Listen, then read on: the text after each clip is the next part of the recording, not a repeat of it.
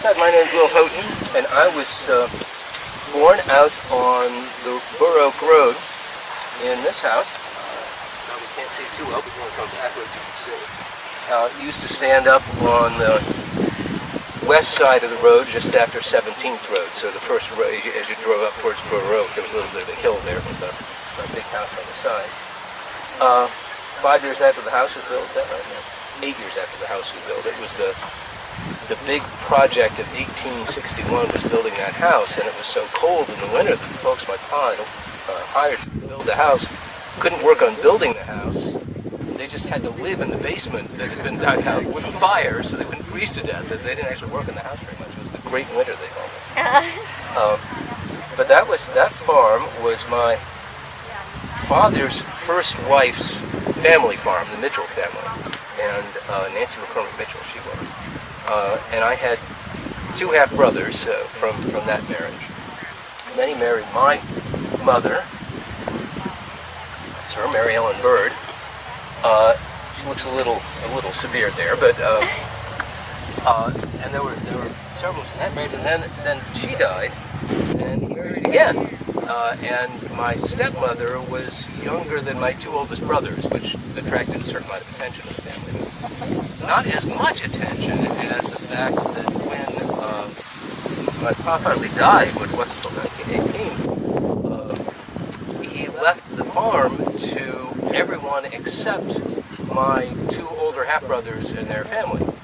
So they kind of felt that was their mother's farm, and he had left it to their half-brothers and sisters, and there was bad blood for a long time after that.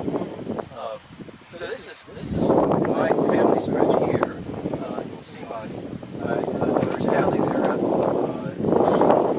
See, after I got tired of farming, which didn't actually take all that long to tell the truth, after I got tired of farming, and I had a spell there in 1920, I just couldn't come out of the house for a year. But I decided I had enough, and I switched into giving piano lessons and music lessons in general, because I played the violin in the town band. And Ethel took after me, so she gave piano lessons up in Chicago. Anyway, on the other side of her there is my son, Lester, and then over here is my other son, Lawrence. So all of us here, and then my half-brother, Ralph, Dennis Ralph is his name. He has that whole section back there. And I talk about that because the one thing I'm supposed to remember to tell you all is that despite the fact that Dennis and I took up this little stretch here, everybody else in our family is buried out in Baroque. And so what we want to encourage people to do, if you care to, is just take a little program and go out for yourself and visit the Baroque cemetery. And when I say everybody else in my family, back to my grandfather, who was the one in our family who came over from England, his brother, and he had this is from the 1840s, I guess, he had a man come to stay with him who was a beggar and didn't have any way of paying for his room and board, but he was a calligrapher. And so this was how he paid for his room and board out at my great-grandfather's house, at my granddad's house, out on the Baroque Flats. So the question is, I suppose, is what are we all doing down here when everybody else is out there? I mean, from my grandfather down to my great-grandchildren, all buried out there, including my brother-in-law, Lou Phillips. I'm getting away from the point of my story, but somebody will remind me. But Lou, see, my wife Aggie was from North Webster, and they were orphaned, and the two girls came to work up in Baroque, which was just down a town, because there wasn't a town there until the railroad came through, and we called the area Baroque even when I was born, but the idea of the town called Baroque is only because the railroad went through, Rutland, Hibbert, and Baroque, and so they made all the towns out of it in there. In the first place, Helltown and Dante and all these places made into these towns. So anyway, Aggie and her sister came to work in people's houses, and then their brothers came along after no one to support the family. So Aggie and I were married, and her brother Lou had a hunchback and couldn't necessarily work very well for himself, and he stayed with us a lot. And so for our wedding, he got me this rocking chair, And you see it had Admiral Sampson here on the back. Admiral Sampson was the hero of the Spanish-American War in Cuba. At least to hear Admiral Sampson tell it, he was. And so that was, we were married in 1890, and that was a relic of the. So one of the things, what was I supposed to tell you? I told you about those. Yeah. So one of the things was that my dad's farm out there, south end of it, was at 17th Road. Now his name was Thomas, and he had a cousin also named Thomas, which doesn't help matters any at all. But the cousin named Thomas had bought this quarter-mile stretch of land that started at 17th Road, and the edges of it were School Street and the line of Coolidge Court, Harding Court, that line there. Those are the east and west lines of it. So that quarter mile ran down to just north of Marmont Street, and the other branch of our family had it, and they had plotted out of town on the south end of it. And then for a long time, they just farmed the north end of it. Makes sense, I guess. But they didn't particularly take to farming any more than I did. So eventually, they sold off the north end of it to my dad. It made sense because it abutted onto the south end of his farm. And it was easy enough to get around because Road 10 didn't go through yet. When they put Road 10 through, they tried to cheat me and Medbourn's and Easter days out of what the land was worth, because they had put in a low price on it. So we took them all to court and skinned the pants off of them and got our fair share for putting Road 10 through. But when Road 10 didn't go through, then that was easy farm to plow, up and down north and south. Anyway, when Dad eventually got out of the farming business himself, he sold pieces of it off because the joint where the town was. So every time he needed money, he'd sell a little more land off. And, that's how I got my house up on Lakeview Street. It's at 444 Lakeview.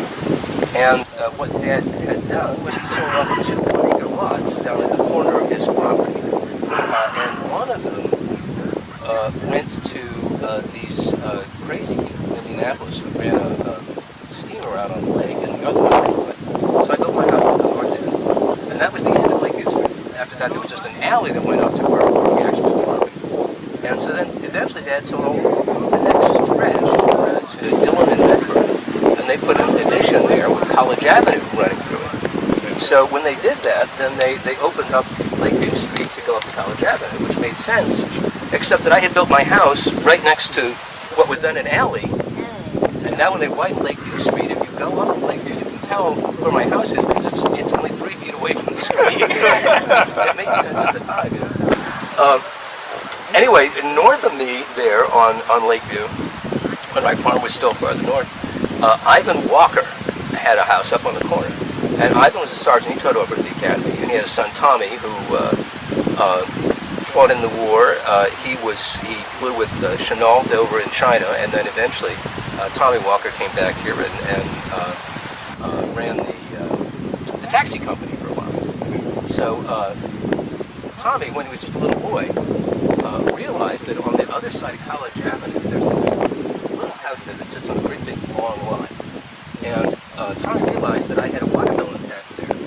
And I didn't very much care if people picked a watermelon or two out of it. That was fine with me. And so Tommy really proud of himself. He could tell all the neighborhood, Uncle Will, I won't care if you take a watermelon.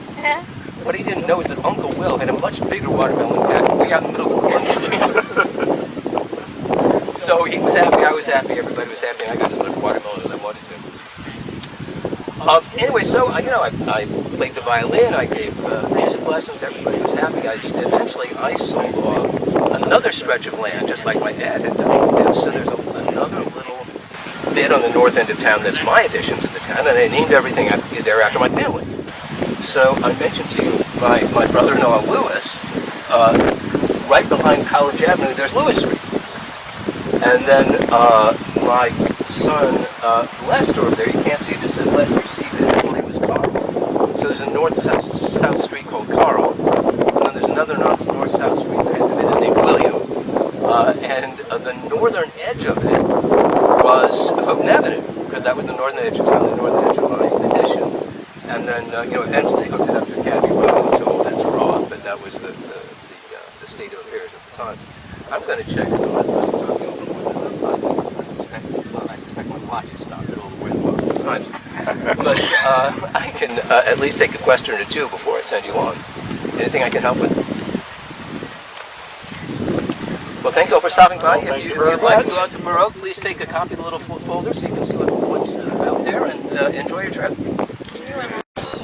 Raising a family and playing a few good songs along the way. My grandfather, Jacob Beck, was a goat boy in the Swiss Alps in the mid-1800s. He emigrated to Gravelton, Indiana in 1857, along with his mother and sister, and enlisted in the Civil War. My father, whose name was also Jacob Beck, was born in the town of Bourbon in 1881. In his mid-20s, he encountered a beautiful African-American woman outside of a gathering in Rochester. The woman was named Georgia Whiting, and most people knew her by Ludi. They married in 1908 and lived for a time in Michigan because interracial marriage was illegal in Indiana. I was born on October 17, 1914 in an apartment above a storefront in the town of Monterey nearby.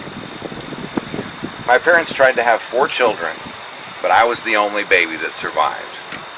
During their last attempt to have a child, my mother died in childbirth when I was only 3 years old. Although I was black, I was raised among my father's all-white family from the town of DeLong. To find work, my dad walked all the way from Monterey to Culver Military Academy. Working at the swimming pool, he was able to save enough money to purchase a plot of land on the west side of Culver at a tax sale. Using scrap materials from abandoned waiters' cabins, my dad and I built a small 3- or 4-room house on 304 Climax Street on the edge of town. My dad played the fiddle, and as a youngster in the 30s, I picked up guitar and began singing country and gospel music. Music, something that I've loved a great deal in my life, and I pause time for time to share music with my family. It's a song I used to sing by Slim Whitman. If you see my darling in some rendezvous,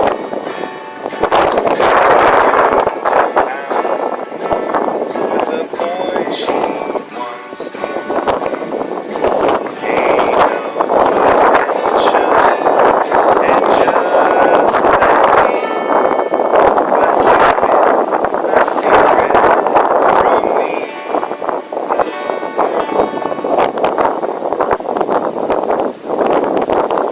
As a young man, my father had a child.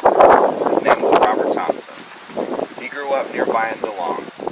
Bob served in the Army, had his own wonderful family, was very active in his church, and also became the postmaster in DeLong. Although we lived separate lives, Bob and I would reconcile, thankfully, in later years. During World War II, I enlisted in the military, but was denied because of my vision. Soon I began working at the newly built Kingsbury Ordnance Plant south of Fort. Kingsbury Ordnance was one of the largest shell loading plants in the United States. We would work all day around bombs and ammunition, and work on cars in the evenings to be able to get back to work each day. On a brighter note, a young lady named Olive Johnson had been born November 29th, 1926, to Eva Mitchell Johnson and Luther Johnson on 18th B Road in the little village of Maxinkuckee east of the lake. As a youngster, Olive lived on a farm near Baroque with her mother and Uncle Luther Lockwood. Olive helped her mother raise and sell strawberries to raise money. One day, my dad and I went to buy strawberries. That was the first time I met Olive. She was a beautiful, dark-haired young lady finishing up high school, and I definitely took notice. Although I was 12 years her senior, I began courting Olive. Believe me, the principal of Culver High School was none too pleased to see an older African-American man picking up a fair-skinned high school senior from school each day. But we were in love. Olive graduated in 1944, and we were married on May 17th, 1945. Because interracial marriage was illegal in Indiana at that time, we, like my parents, went to Michigan to be married. We knocked on the doors of many churches in Cass County, Michigan, before eventually a justice of the peace reluctantly agreed to marry us in his dining room while his wife was cooking dinner. Soon I had to get back to work at Kingsbury Ordnance after the wedding, the same day that we got married. In our modest home on Climax Street, we started our family. Janet was born in 1946, followed by Terry in 50, and Alan in 1952. I worked at Studebaker and Bendix in South Bend, and at one point I cleaned the Culver Academy's chapel on Sundays and sometimes played the practice carillon when no one was around. My wife Olive took care of the family, washing and ironing clothes by hand and cleaning houses to make ends meet. The only running water in the home was in the kitchen sink, so we washed up there and made the best of it. Olive and I encouraged our children to participate in band, sports, and school activities. In those days, we did a lot of things ourselves that people would hire someone to do today. My son Terry recalls helping me install brakes, mufflers, and spark plugs on our vehicles and digging up the sewer line to unclog tree roots. But it wasn't all work. Our family loved to play such games as croquet, horseshoes, zippy stick, and old cat. These games were very competitive. My wife Olive was especially ruthless in card games, euchre, and dirty hearts. And of course there was the music. I loved to play guitar and sing, and my wife Olive joined in with her sweet country voice. In '55, I began as custodian at the State Exchange Bank here in Culver. The bank is where most people know me from, and I'd go on to work there for 24 years. Olive worked right across the street at Mr. Taylor's dime store. In '57, tragedy struck. While Janet, Terry, and 4-year-old Alan crossed Main Street on the way to the beach, Janet and Alan were struck by a car. Alan was badly injured and unfortunately passed away. Although we were heartbroken, we mourned the loss of Alan and focused on our family. In 1958, our youngest son, Timothy Dale, was born. Tim excelled at music and sports, playing trombone in the band and playing varsity basketball. In the 60s, our daughter Janet was the first in our family to go to college, graduating from Indiana State University. She was married and gave birth to our first grandchild, Donald, in 1970. In 1971, our son married a girl from just down the street here in Culver named Marcia Clem. On my birthday in 1976, they blessed me with a granddaughter, Megan, and in 1978, our grandson, Garrett Heath, was brought into the world. Tim graduated from Ball State and married Vicki Tucker in 1983. I retired from the bank in '79 at age 65.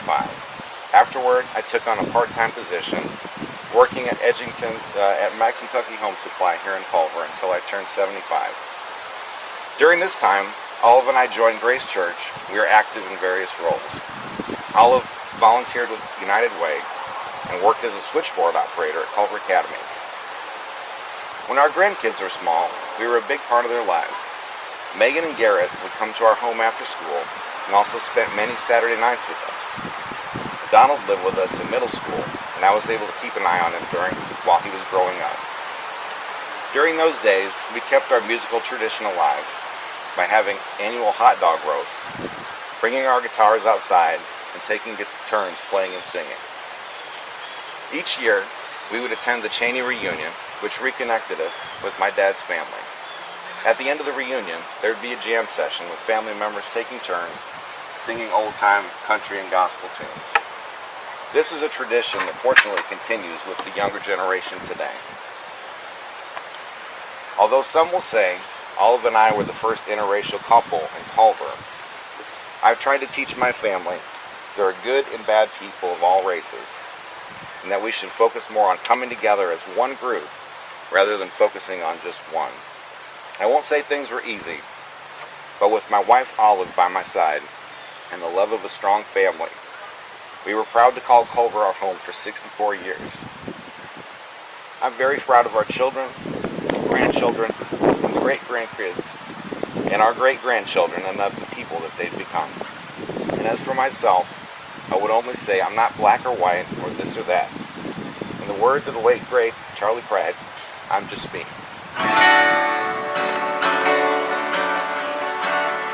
When people say their life is rough, I wonder compared to what? Some are wanting more and more is getting less. I just want what I've got. Some want to live on a hill, others down by the sea. Some want to live inside high walls. I just want to live free, for I was just born to be exactly what you see. Nothing more or less. I'm not the worst or the best. I just try to be exactly what you see.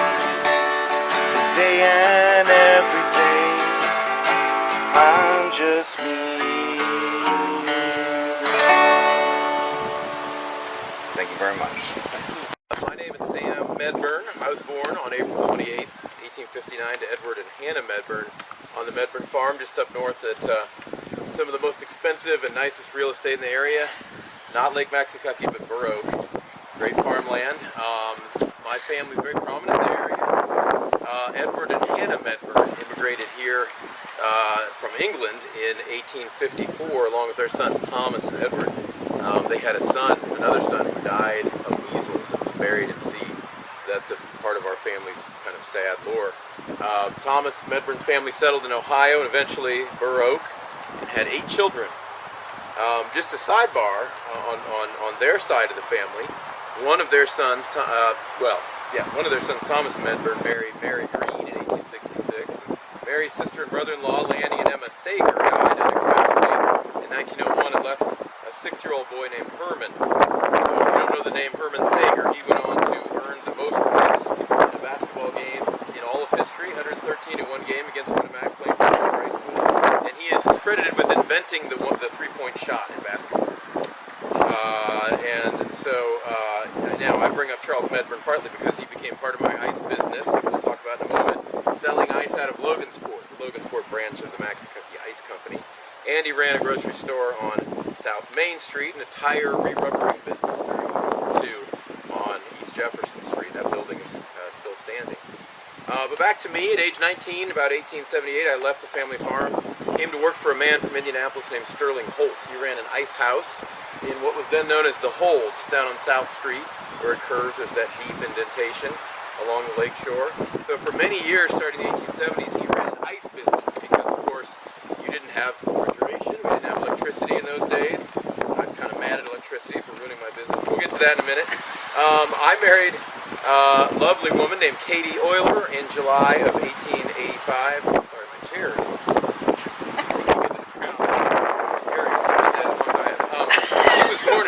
She was born in 1866 and was a school teacher at the Cayley School west of town. Maybe you've heard of it. We were married at the Methodist Church in Culver, right about at the corner of Washington and Main Streets, where the extension of the library is today. I was very active in the Methodist Church throughout my life. But sadly, Katie died in 1895. We had 2 children, one named Bess, who later became Bess Swaniker, and another named Gary. We'll talk about him in a minute. So I remarried that same year, 1895. Didn't need to waste time. And I married a Callie. Both Callie and Katie are buried here, along with a few of our children. Our son Walter died very young. He was back there, that's around a year old. And Callie died in 1919, so I had kind of a rough time with our family. But along the way, I had become owner of the Maxicukee Ice Company around 1888. And I ran that right up almost to my death. Around 1908, though, we kind of moved the operation. One thing that slowed us down was the railroad tracks ran right along the lake shore, I'm sure you remember. And that slowed us down from loading the ice out of the lake onto the train. So I bought some swamp land at the end of Jefferson Street, Madison Street there along the lake shore, where today the Culver Cove is. And what was neat about that space is we were able to cut a channel under the railroad tracks. So we just kept moving that ice right through day after day. collected a lot of ice, especially in January and a little bit of February. Hundreds, well really thousands of tons of ice every year. In fact, you can see these coupon books from the Mackenzie Ice Company from the 1920s. There's one there for 10,000 tons of ice. So you could get quite a bit of ice out of the lake and not deplete it or anything like that. And of course it stayed cold year-round. We had ice houses. You can see pictured down there of the ice house that was right there at the end of Jefferson, down on the ground there. And we would basically take these ice saws, and we'd have horses with saws on them, and we would kind of score a checkerboard out of the ice there. And then we would, we'd cut that into blocks and run it up this conveyor system, as you can see, into the ice house. And it would be stored all the way. I mean, usually, right through the summer, you sort of run out in the fall, usually, because just of demand. But other than that, we shipped it, we put it on train cars, we would ship out thousands and thousands of tons of ice all over the Midwest, all over Indiana, even outside of Indiana. We marketed it, as you can see, as pure Maxicukee ice. You can see, here's a pair of ice tongs from the ice house, and there they are in this picture here, being used by two of our workers. We employed several hundred men every winter. It was good work for farmers who didn't have work during the winter, and they just worked around the clock. We used big sheets of steel and what was called carbide lighting. Carbide produces bright light, not a lot of heat, and so that could reflect off the steel. We could keep working all through the night, round the clock for several weeks during the coldest part of the winter. And if you think about that, we harvested ice for many decades and never really missed a winter from it not freezing enough for the ice. Of course, you had an ice box in your house instead of what you call a refrigerator today, and it was just you needed ice pretty much every day, maybe every other day, to keep your milk and meat and things like that cold. So the iceman would come around in his wagon or his truck once those came along, and he would deliver however many pounds of ice you needed for that day. You had a little card you put in your window to tell him how much ice you need, and he'd take one of these picks like you see here, the ice picks, and he could just hammer out just the exact amount of ice.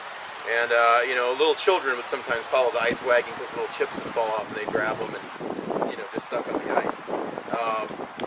So there were other ice houses around, but ours was really by far the largest operation, Maxicukee or Medbourn Ice Company. Now my son Harry took over the business just a little while before I passed away, which was August 3rd, 1970. I was 1930. I was 71 years old. At this age, you forget things. In the meantime, of course, the ice industry was dying. One of the things that happened during the Great Depression was the big electrification of rural areas. So people were getting electricity even out here in the countryside around Culver. And so I tried to argue that the ice was much more efficient for your family's finances than these newfangled electric refrigerators. But after a while, I think people began to doubt that. And they still doubt it today. But so we did continue harvesting. They continued harvesting ice. I was gone by then into the early 1940s, but that really kind of petered out. And by 1943, the last ice house burned. Now, some folks may remember there being a Medbourn ice business on East Jefferson many years after that. That was electrically made ice, so it was not cut off the lake after the 1940s. So, but it was certainly a booming business, and people are still seem to be kind of fascinated by this ice business, and it was fun work to be in. Thank you all for your time. Thank you very much. Thank you. My name is Martin Heminger, and this is where I've been resting under the Simple Soldier's headstone since my death in 1910. But I've been resurrected to talk to you guys about my life before the Civil War, after the Civil War. I'm going to spend most of my time talking about the daily life of the Civil War soldier. And if time allows, we'll talk a little bit about the rifle rider. Let's go all the way back to the beginning. I was born on October the 15th, 1839 in Carroll County, Ohio. That's near Akron. In 1849, when I was 11 years old, my folks sold out. We moved to a farm near Bremen, Indiana, and that's where I grew up. Later in life, I heard that on April the 12th, 1861, the Confederates had fired on Fort Sumter, South Carolina, and Southern states were leaving the Union. It made my patriotic blood boil, literally. And how dare they, right? I was determined right then and there to do my part to help put down a rebellion and restore the Union. But my father, who of course needed my help on the farm, persuaded me to wait, because he and everybody else in the North figured, well, this thing's going to be over in 2 or 3 months, right? Everybody thought that. The Union Army's going to get organized, they're going to march south out of Washington, crush the rebel army in one decisive battle, and that'll be that. Well, is that what happened? Sadly, no. By the summer of 1862, the war had been raging for over a year with no end in sight. I could no longer stand sitting on the sidelines. So when I heard that a new company of infantry was being raised in Plymouth, Indiana, I told my folks goodbye. I set off down the Plymouth Goshen Trail. In October the 23rd, 1862, joined Company D, the 54th Indiana Regiment of Volunteer Infantry. I was 24 years old. The 54th participated in General Ulysses Grant's Vicksburg campaign, which started in December of 1862 and ended in when we captured Vicksburg, Mississippi on July the 3rd, 1863. Our victory there was important because it restored the United States control of the Mississippi River from the source all the way up in Minnesota coast mouth in New Orleans, cutting the Confederacy in two, as President Abraham Lincoln put it, cut the head off the snake and doomed its existence. The man had a way with words.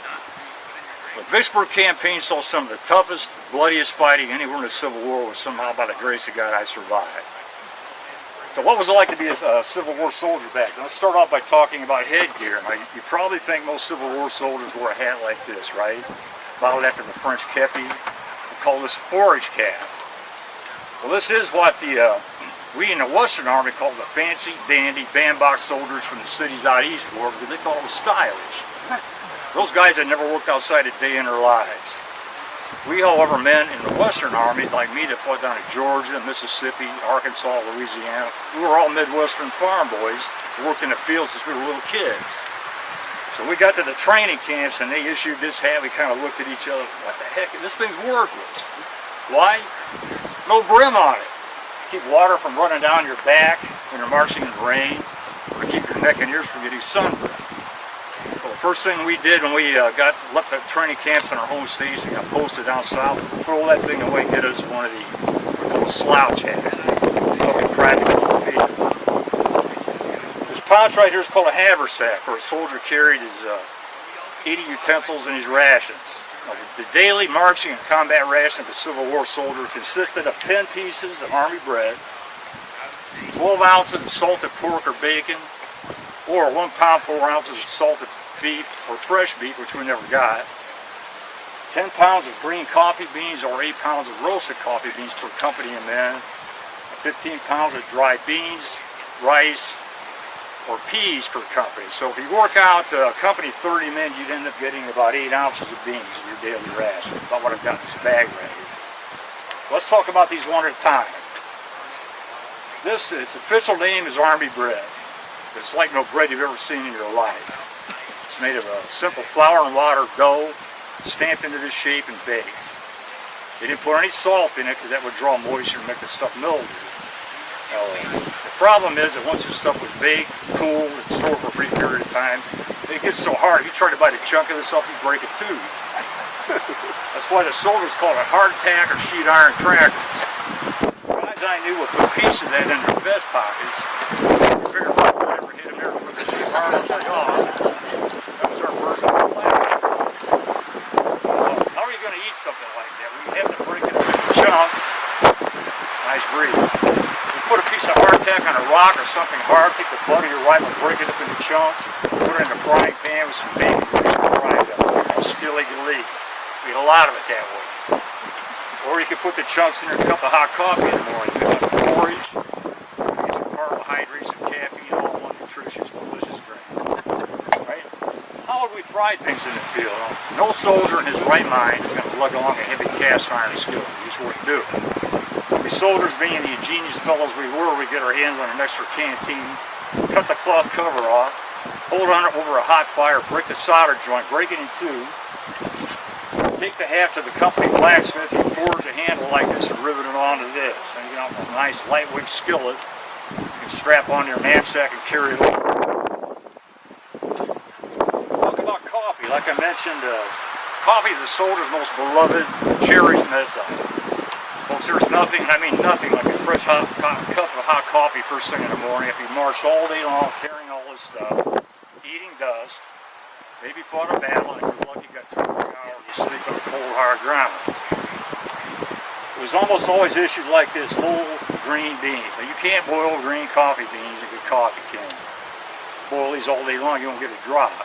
But these have to be roasted and then ground or pulverized first, which we would do put the beans in a little cloth bag like this after they were roasted in our skillet. Let the beans cool, put that bag on something hard, take the butt of your rifle and beat them into submission. So now you've now got a bag full of coffee grounds. Comes time to make coffee. You take this, we call a bucket. Put the coffee grounds in there, add water, boil it over the fire. When it's done, hold your finger over the lid, pour your coffee into your tin cup, the grounds stay behind, and I got a cup of Army coffee. Nothing like it in the world. The meat was always salted corn and bacon. Why was it salty? Yeah, we didn't have any refrigeration back then. We couldn't carry ice in the field, but it had been known for hundreds of years before the Civil War. If you took fresh meat, soak it in a strong salt solution, and impregnate the meat with salt, it'll preserve it for quite a long time. The problem is you can't eat it like that. It'd be so salty it'd gag. So we'd have to do what we call freshen the meat first by soaking it in fresh water. Now, how on earth are you going to do that when you're on the march, right? What we came up with, we took our bucket, put the meat ration in there full of fresh water, have your file mate, tie it onto the back of your knapsack, and go marching merrily along. Every time a rest halt was called, you'd pour that salty water out, add some fresh water. When they finally called the halt to cook rations, you're ready to go. So you either fry it in the frying pan, stick it on the end of your bayonet or your steel ramrod, roast it over the fire.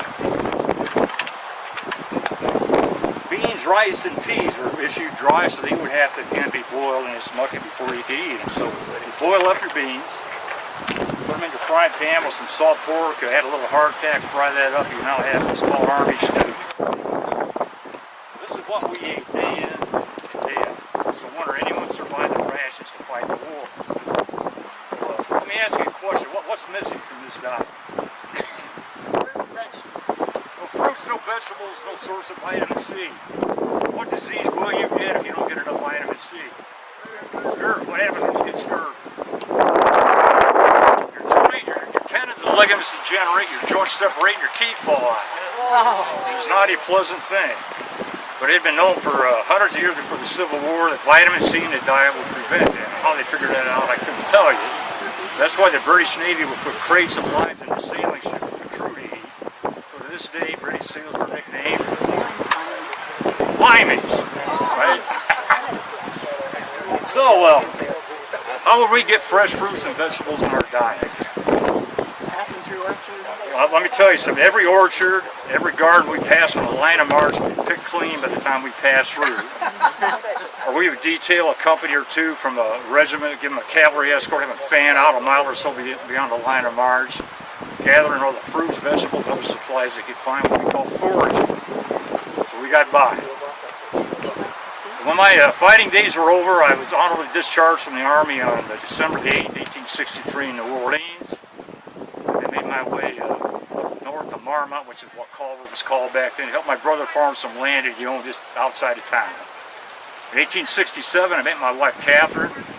We fell in love. We were married on July the 6th, 1867. And we lived a long and happy life right here in Culver until my death on April the 9th of 1910 at the Soldiers' Home in Lafayette. I was 71 years old. Well, that's my story. That's a great story. Any questions? Did you lose all your teeth? Did you lose your teeth? Excuse me? Did you lose your teeth in the what? No, I had plenty of apples and stuff to eat. But even as a ghost, I can still smile.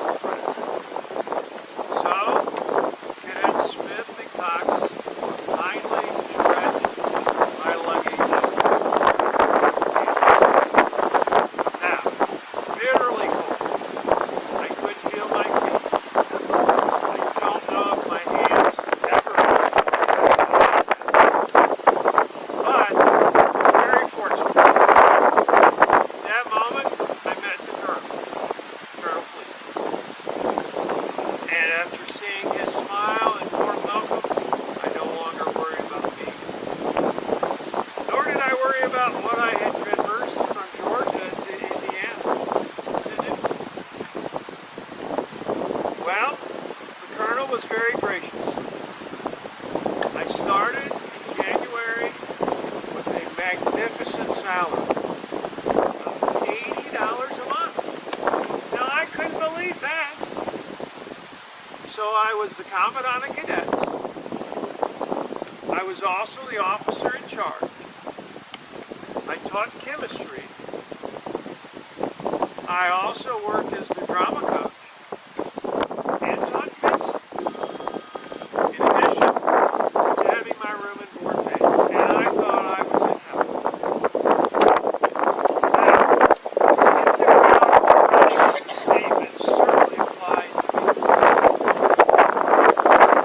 So, in March, I was very fortunate, along with the Colonel and Mr. Culver, to attend the inauguration of President Kenney. And I had one of those moments in my life, a vision, clear as day.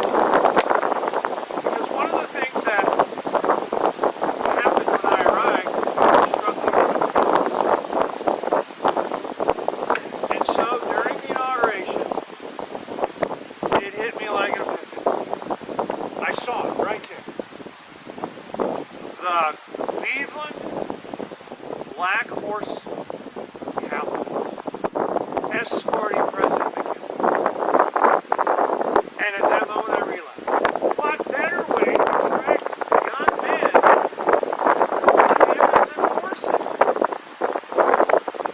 So I told Mr. Culver, the Colonel, we need to buy them.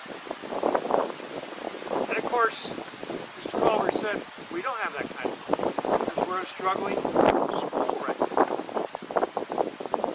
I said, well, we don't have to buy all of them then.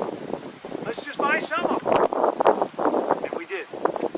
So we bought 16 of the best mounts that they were willing to retire, that young cadets would be able to run. And we brought them. Well, it was such a magnificent day. We even canceled classes to allow all of the cadets to watch these beautiful animals be unloaded. And there we began the Black Horse Troop. Well, a year later, once we began to develop the troop, we were very fortunate. We actually brought the troop over here to Hibbert, loaded them up, and we took them to Chicago, where we were in line as part of the Spanish-American War victory celebration. And it began there, where people began to see our famed Black Horse Troop. A year later, we were invited to Richmond, and we were in the parade for the Grand Army of the Republic reunion. And so now, Culver is synonymous with the famous Black Horse Troop. But that is not our most significant cameo. Of course, being in Indiana, then Governor Thomas Marshall would have to see us off. Well, eventually, of course, in 1912, he becomes Vice President Marshall. And he invited us to serve in line for the presidential inauguration of Woodrow Wilson in March of 1913. We made such an impression that they invited us back for the inauguration in 1917. And there is our picture at the inaugural ball of President Woodrow Wilson. You can see some of the young cadets here in the rows. And so we had now established ourselves as the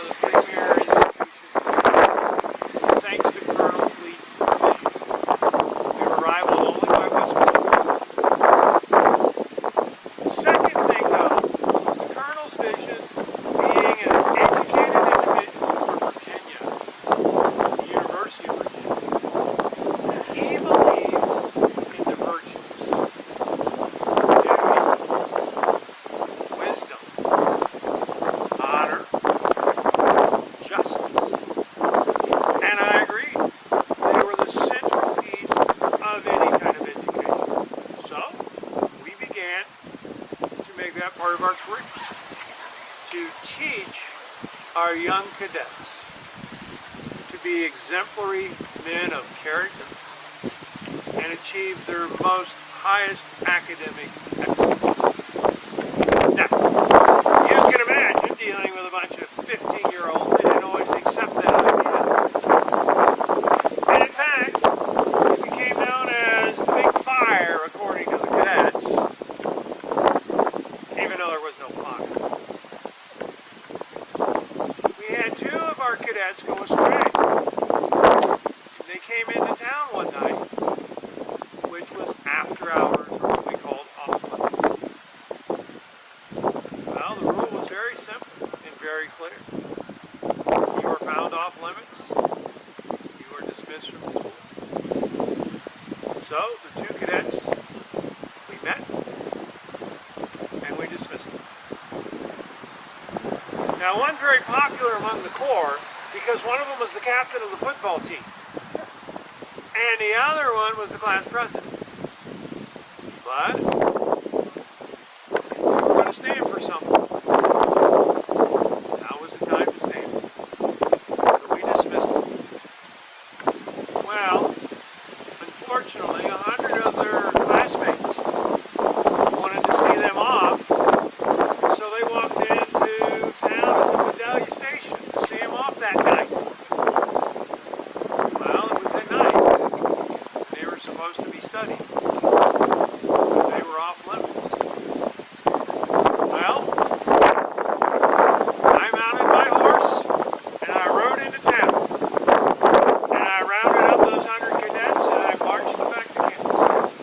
And I told them, we will determine their punishment tomorrow. Now, some of them tried to run, thinking they could get away from it. But they tripped on some of the fences around the garden.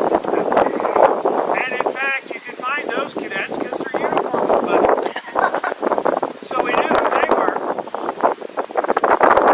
So I told the colonel, we have a dilemma.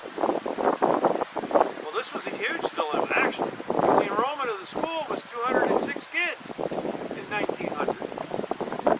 And here I'm on the verge of kicking out 100 of them. So I asked the colonel what to do. And he said, well, you will figure it out and do what's good. So I slept on it, met with those 100 kids, and I dismissed all of them. And the cadet said that was the Big Fire. We had no choice.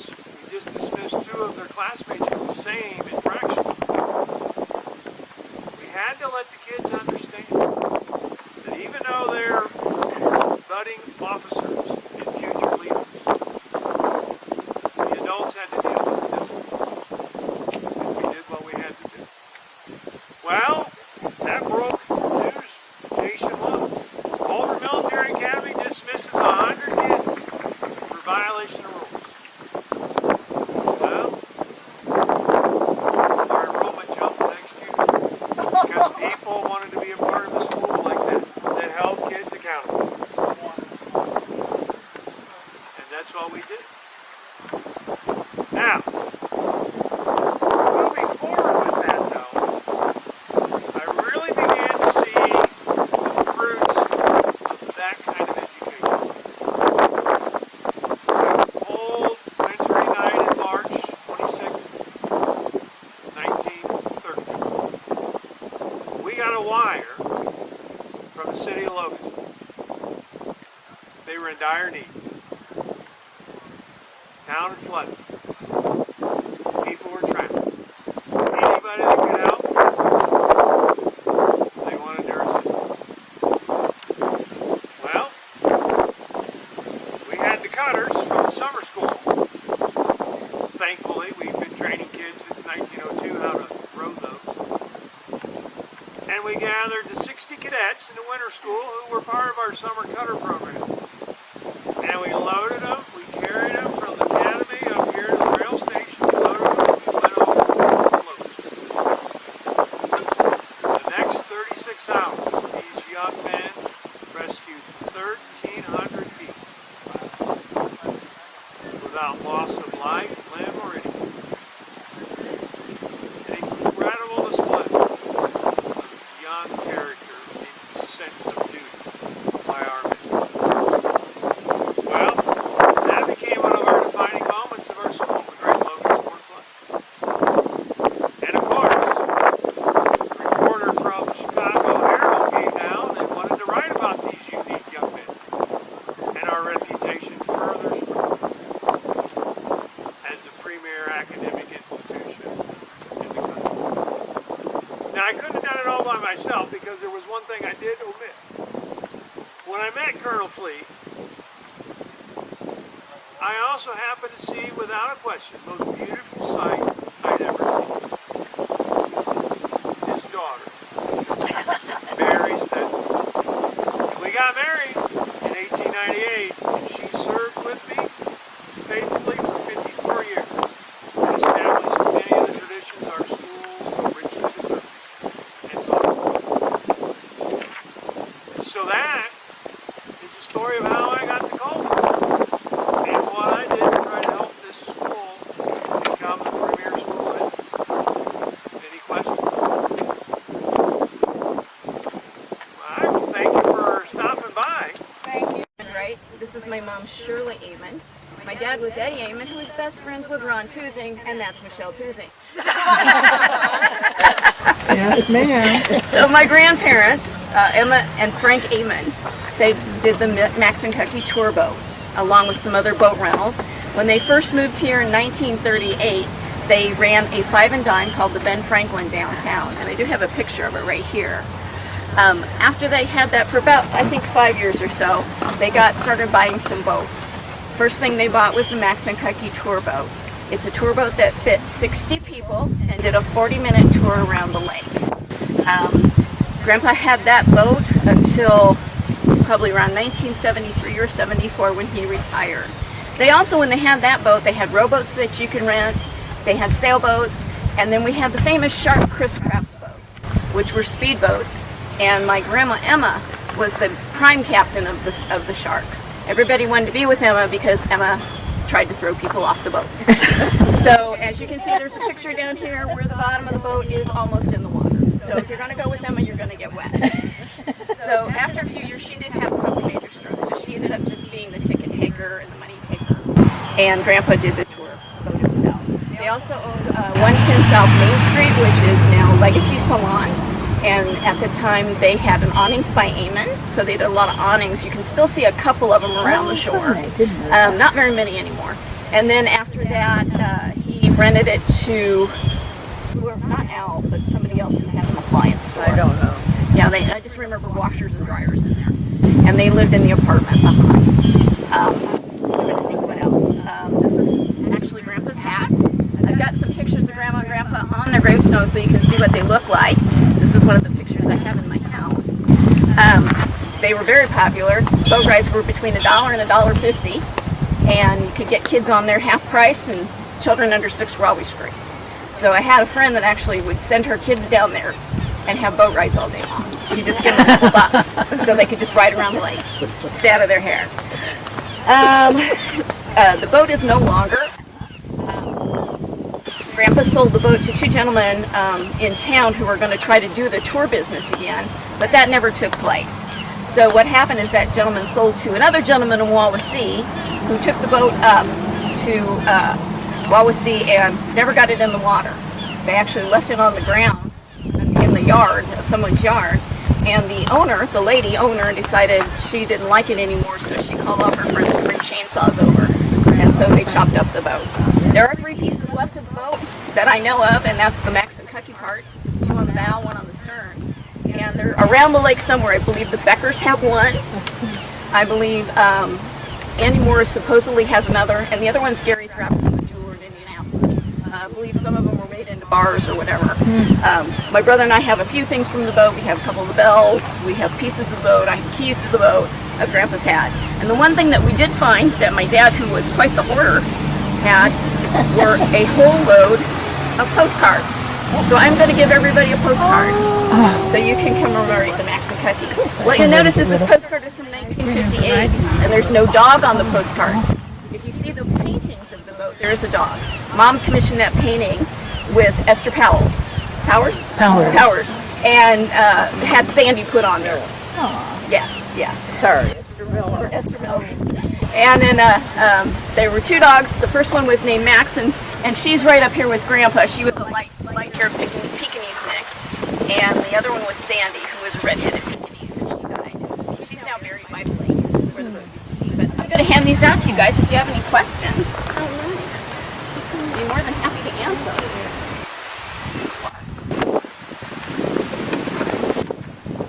Want one? I get you one. That's right. I have this one. Would you like one? Thank you so much. Hello. How are you? Hi there. Hi.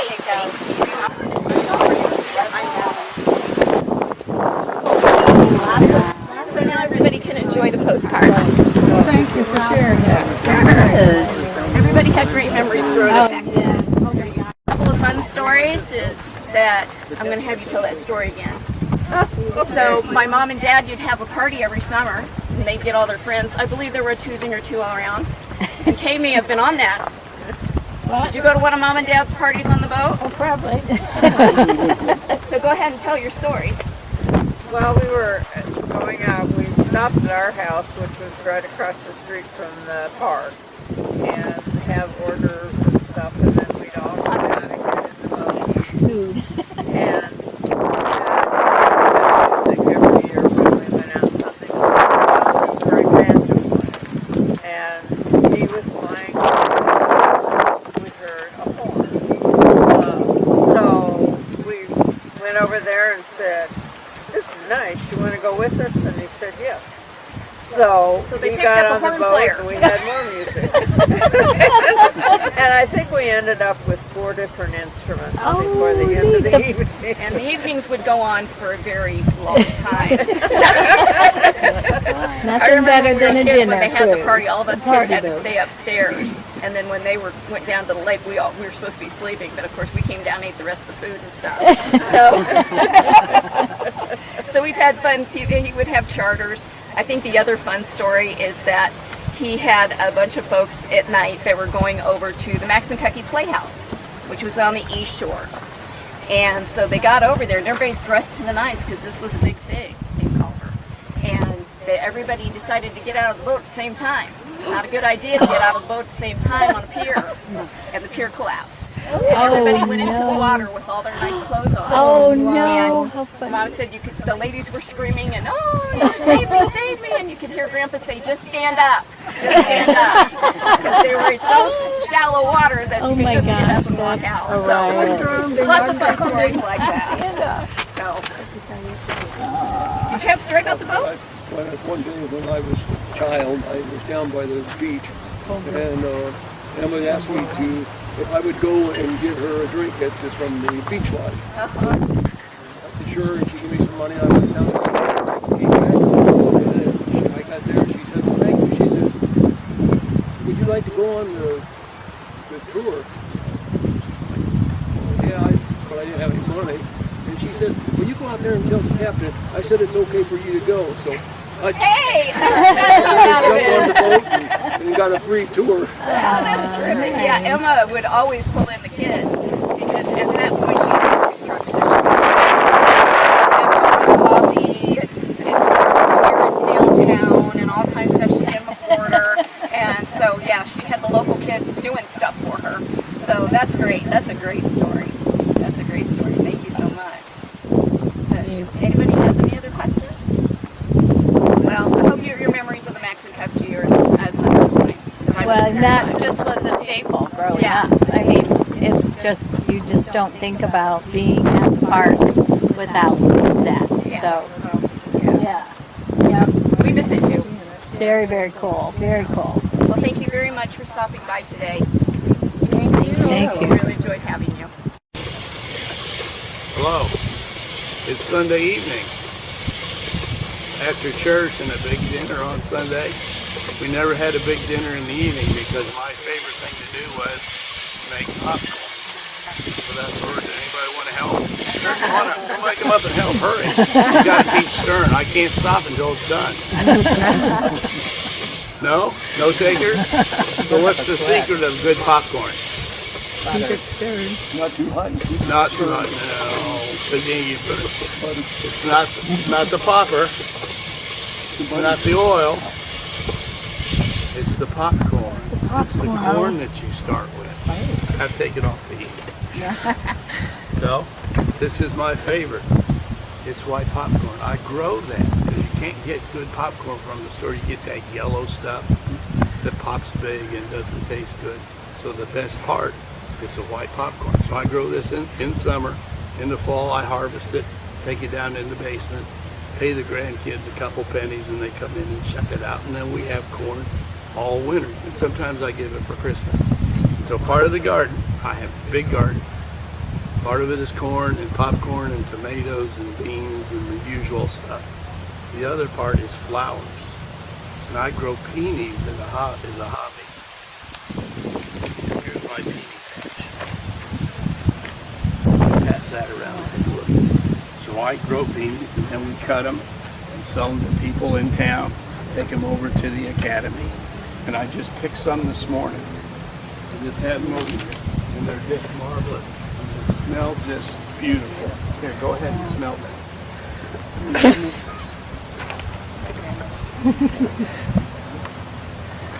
So what's the secret to a good garden? Oh, lots of water and that kind of stuff. The equipment that they use to tend to the garden. That's pretty cool. Well, I have two hoes to do. This is the normal hoe that you may see, and this is the chopping hoe. Where you've got big stuff you want to do.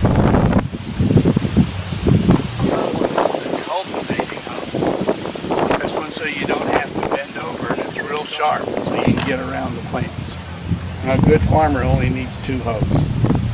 You don't want to dare have three hoes in your possession because when people see you with three hoes they think Christmas is coming.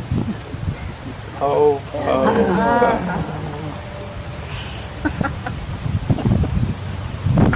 I didn't introduce myself. My name is Hatten. My real name, you see it on the stone, is Dominicus. I was born in Gosper County, Nebraska in 1886. Anybody been to Gosper County, Nebraska? It's way in the southwest part of the state. What's out there? Nothing. Nothing. There weren't any cattle. The Indians were gone. The buffalo were gone. And there's no trees. So in school, if you remember in school, they told you the pioneers moving west and build their houses out of sod. That's what my folks did. I was born in a sod house in Nebraska. So you're wondering, how did I get back here? Well, after a good crop, there was a bad crop, and another bad crop, and another one. And so my parents, Simon and Nancy, decided it was time to move back to Indiana. And they were originally from here. Here's a picture of my folks. This is Simon. He was born along the Tippecanoe River, between Monterey and Winnemac, outside of what is now Tippecanoe State Park. And this is Nancy Ellen, and she was born at Medbourn. So we can trace our parents way back to the beginning of Culver in the township. And it was the family all got back. They had a whole lot of kids.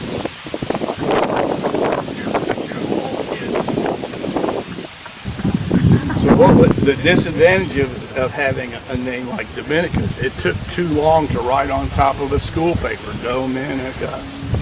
The advantage of it is when us boys got into trouble, and my dad would yell, Charles and Earl and Will and George and Lewis and Arthur. By the time we got down to Dominicus, I was gone. I was hiding something. I didn't want to get into trouble. So I moved back to Indiana. I found a nice woman named Rose, and we got married, and we had 4 children. Unfortunately, in 1916, she died of diphtheria. So I'm stuck with 4 little kids, and I didn't know what to do. So I had some of the family help me raise the kids. And I got a job running a taxi service in town. We run the taxi from town to the railroad station in Hibbert, pick up people coming to the lake or the academy. We bring them down here. On one of those trips, I drove by a nice young lady being married. So I stopped to pick her up. And that was the start of something. It wasn't too long after that we got married. And hanging up here is our wedding picture. me and Mary. Mary lived to be 104 years old in town. So I saved my money. I opened up a gas station repair service on Lakeshore Drive. I serviced one of the major 3 car makers in 1920s. Anybody know what they were?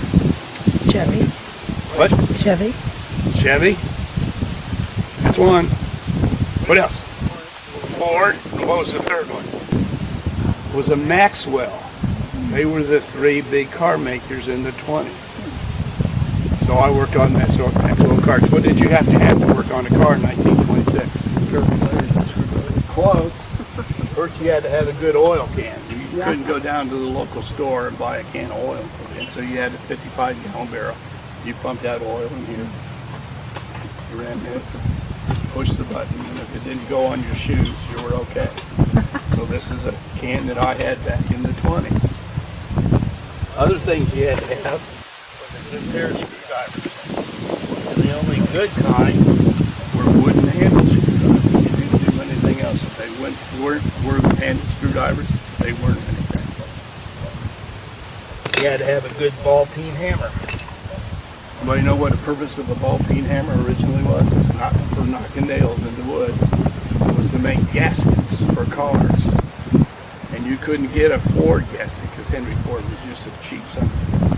So you had to make your own. So you bought a big piece of gasket material and you pounded it out to make the gasket on the car. The other thing you need was a genuine, guaranteed, stamped right-handed monkey wrench. This is a guaranteed right-handed monkey wrench. That's right here on the bottom. You heard stories about the right-handed monkey wrench? This is one. You ever heard a story of a left-handed monkey wrench? Now you have.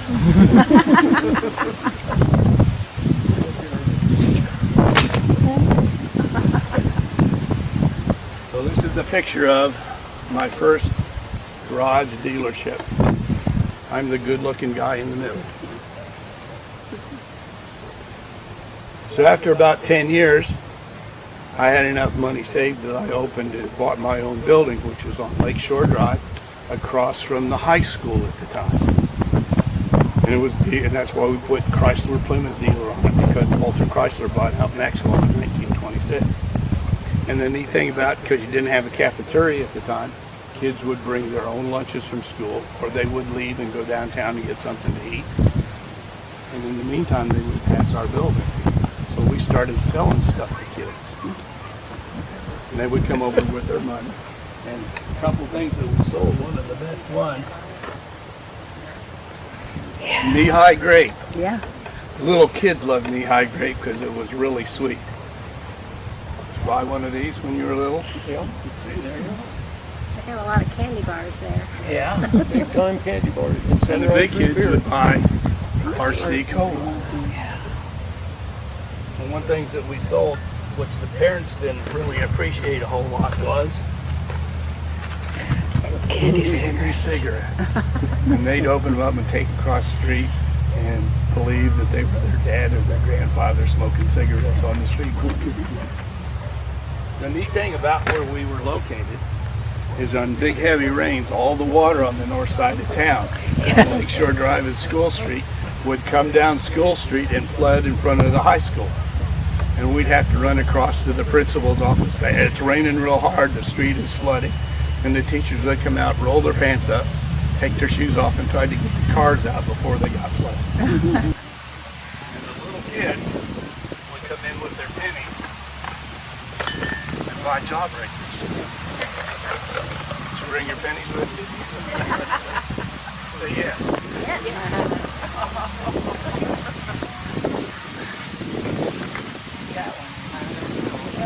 Oh, we don't have it.